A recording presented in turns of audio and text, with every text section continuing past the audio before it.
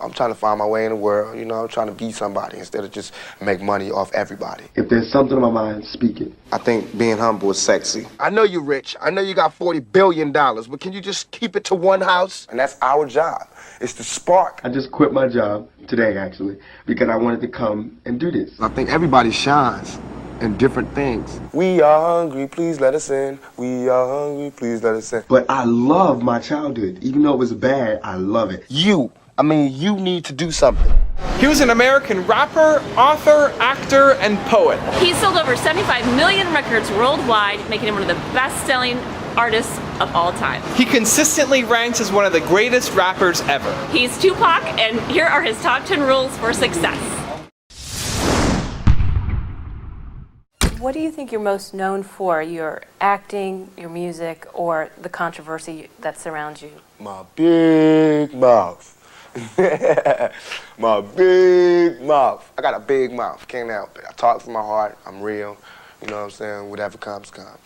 But my controversy probably, and it's not my fault. I'm trying to find my way in the world, you know, I'm trying to be somebody instead of just make money off everybody. You know what I'm saying? And so I go down paths that haven't been traveled before, and I usually mess up. But I learn, you know what I'm saying? I come back stronger. You know, I'm not talking ignorant, you know what I'm saying? So I obviously put thought into what I do. So I think my mouth, my controversy. I have not been out of the papers since I joined Digital Underground. I've been in all, you know what I'm saying? It's never, my name has not been not uttered, you know what I'm saying? And that's good for me because I don't want to be forgotten. If I'm forgotten, then that means I'm comfortable. And that means I think everything is okay. My mother taught me 3 things: respect, knowledge, search for knowledge. It's an eternal journey. That's like my haircut, the line, 360 degrees, find knowledge, always. And she taught me to not be quiet, to, if there's something on my mind, speak it.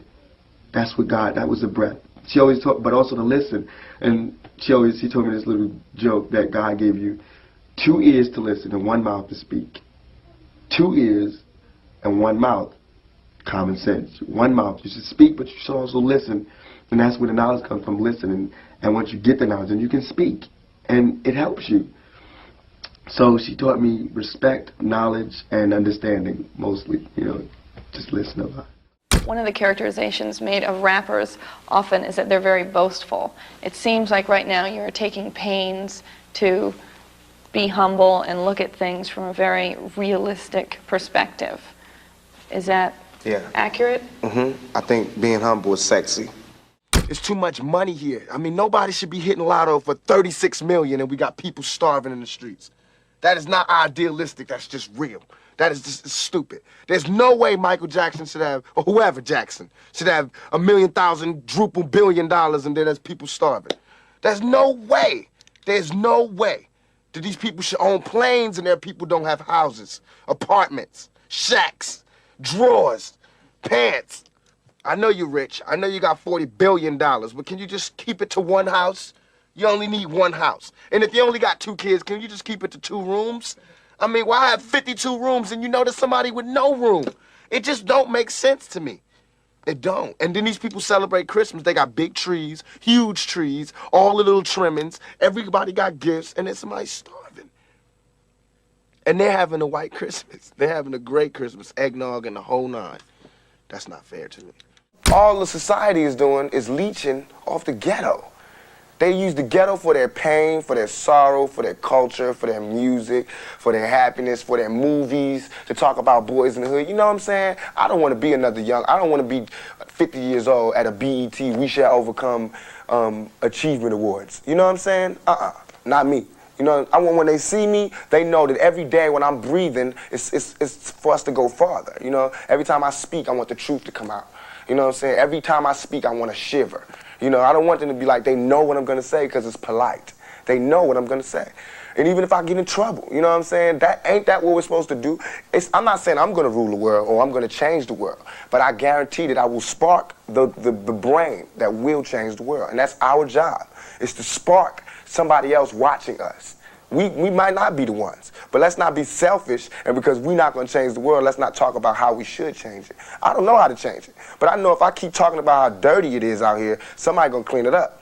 I can't hold a job. I just quit my job today, actually, because I wanted to come and do this. And they wouldn't let me. And I felt like it was important, and it was more important than serving pizza. And we had enough people, so I felt like since I'm an actor, they should understand. They should have let me do it, but they didn't. And then I had a cold, so they were making me work in a freezer. And I'm really not one to be disrespected, and I felt like that was disrespectful because I asked to go, you know. So I quit, and he told me I couldn't quit. And that even made me hyper. I'm arrogant, so when he told me I couldn't quit and we had all these customers, I chose that time to jump on a soapbox, grab my leather jacket, light a cigarette in front of him, smoke, and leave in the middle of a rush. So that was natural. That's arrogance at the top. I can't explain why I shine and no one else shines. I think everybody shines in different things. And a lot of things I can't do. I can't play basketball like every other black person in America. But I can act. I know how to go to that true spot in myself because I'm there every day. I can be me. I can be whoever because I'm true to me. I can go to neutral easily. A lot of people, black, white, Mexican, young or old, fat or skinny, have a problem being true to themselves. They have a problem looking in the mirror and looking directly into their own souls. The reason I sell 6 million records, the reason I could go to jail and come out without a scratch, the reason I can walk around, the reason I am who I am today is because I can look directly into my face and find my soul. It's there. It's not sold. I didn't sell it. It's still within me. I still feel it. My heart is still connected to my body. So I could, any character, I'm going to bring that intensity, that truth, that honesty to it because I have to repay for that blessing from Black Jesus, from God. I have to pay for that by shining. If he give you the voltage and you waste it, that's the curse. He gave me the voltage, I'm a shine. It's not mine, it's from God, it's God. Not that it's so special that nobody got it, but all of our gifts and blessings and our strengths and our weaknesses come from God. Come from Black Jesus or whoever comes from within you, you know what I mean? So it's not really tricky. Everybody can do it if they just can go to that spot. I guess all the things that happened to me in my life allow me to go there easier. The intensity of the music has built to the no hope, the I don't give a attitude. How did we get from Grandmaster Flash, the message, to where we are now in hip hop? Again, you have to be logical.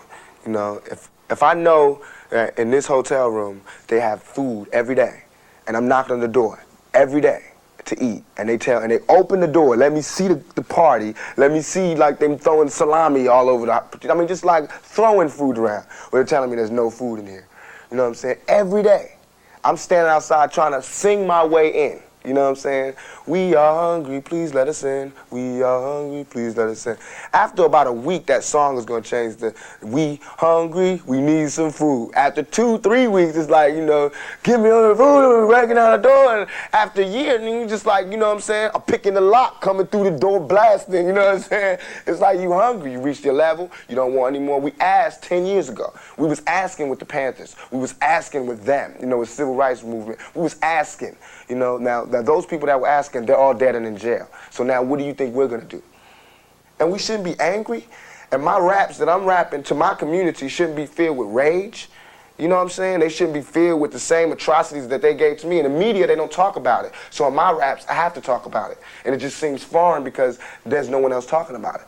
Right. Well, playing devil's advocate, somebody might say, well, what does Tupac have? He's a movie star. He's got, you know, hit records.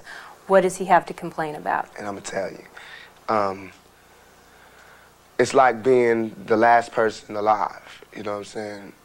After 3 days, you can't do anything. What can I do? Where can I go? There's no black neighborhood, you know what I'm saying, with black people who have the same amount of money as me. You know what I'm saying? There's richer and there's poorer.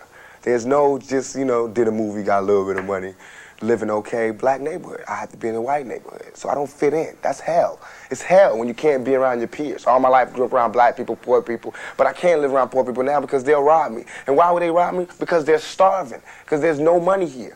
But they're telling me, now that I made a little money, I have to move here.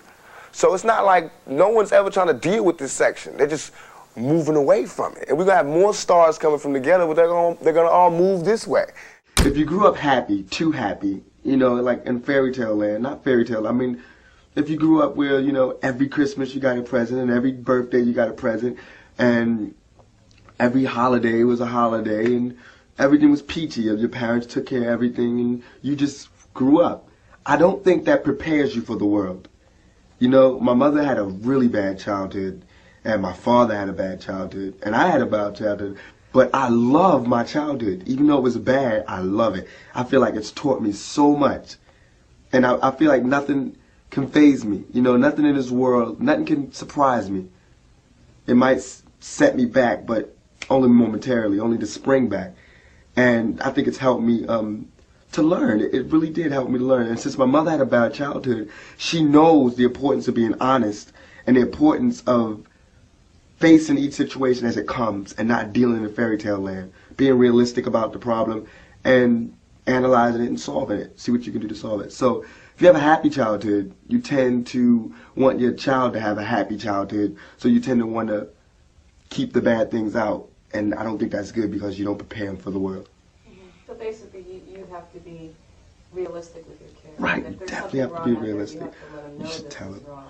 But don't get the wrong idea. I feel like I'm being gloomy. I don't mean just be like, damn it, it's bad out there. But I mean, when the good things come, and they are going to come, and everybody knows that. Good things are going to come, and you're going to see them for yourself. You're going to see that they're good. But it's harder to see the bad things, and everybody wants to shield the bad things, and that's where it gets complicated and it gets real rotten. That's when everybody gets surprised and, oh my God, I'm committing suicide. That's too much, overwhelming. If you know about it, it won't be so overwhelming. You know, so that's what I think about that. All BS aside, it all comes down to we got to survive. I mean, even warriors put their spears down on Sundays. We got to survive here in this country. Because I'm not going back to Africa. We got to survive here. And for us to survive here, white folks, black folks, Korean folks, Mexican folks, Puerto Ricans, we got to understand each other. We got to take a bigger chance. And when I say Americans, people think I'm talking about Uncle Sam. I mean, like, actually Uncle Sam with the gray hair and the flag. I mean you. The guy, you know, you, the mechanic, wherever, you. I mean, you need to do something. Thank you guys so much for watching. I'd love to know which of Tupac's top 10 rules meant the most to you, had the biggest impact. Leave it in the comments below and I'll join in the discussion. And tell us which entrepreneur you want us to feature on this channel next time. Thank you guys for watching. Continue to believe. And we'll see you soon.